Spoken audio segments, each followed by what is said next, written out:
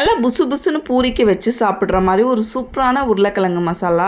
வழக்கம் போல் இல்லாமல் இது கொஞ்சம் டிஃப்ரெண்ட்டாக ஃப்ளேவர்ஃபுல்லாக காரசாரமாக எப்படி செய்கிறது பார்த்துடலாம். இதுக்கு ப்ரெஷர் குக்கரில் 2 உருளைக்கிழங்கு 2 கேரட்டு கொஞ்சமாக தண்ணி ஊற்றி 3 விசிலுக்கு ப்ரெஷர் குக் பண்ணிவிட்டு நல்லா மேஷர் வச்சு இந்த அளவுக்கு மேஷ் பண்ணிக்கோங்க. ஒரு ஒன்றும் பாதியமாக இருக்க மாதிரி. இப்போ கடாய் வச்சு 1 ஸ்பூன் எண்ணெயில் 1/2 ஸ்பூன் கடுகு, 1/2 ஸ்பூன் சோம்பு, ஒரே ஒரு பச்சை மிளகா, ஒரு பொடிசாக கட் பண்ண வெங்காயம், கொஞ்சமாக கருவேப்பிலை, 1/2 ஸ்பூன் இஞ்சி பூண்டு பேஸ்ட் போட்டு நல்லா வதக்கிக்கோங்க. இது வதங்கினோடனே ஒரே ஒரு தக்காளி சேர்த்து வதக்கிக்கோங்க.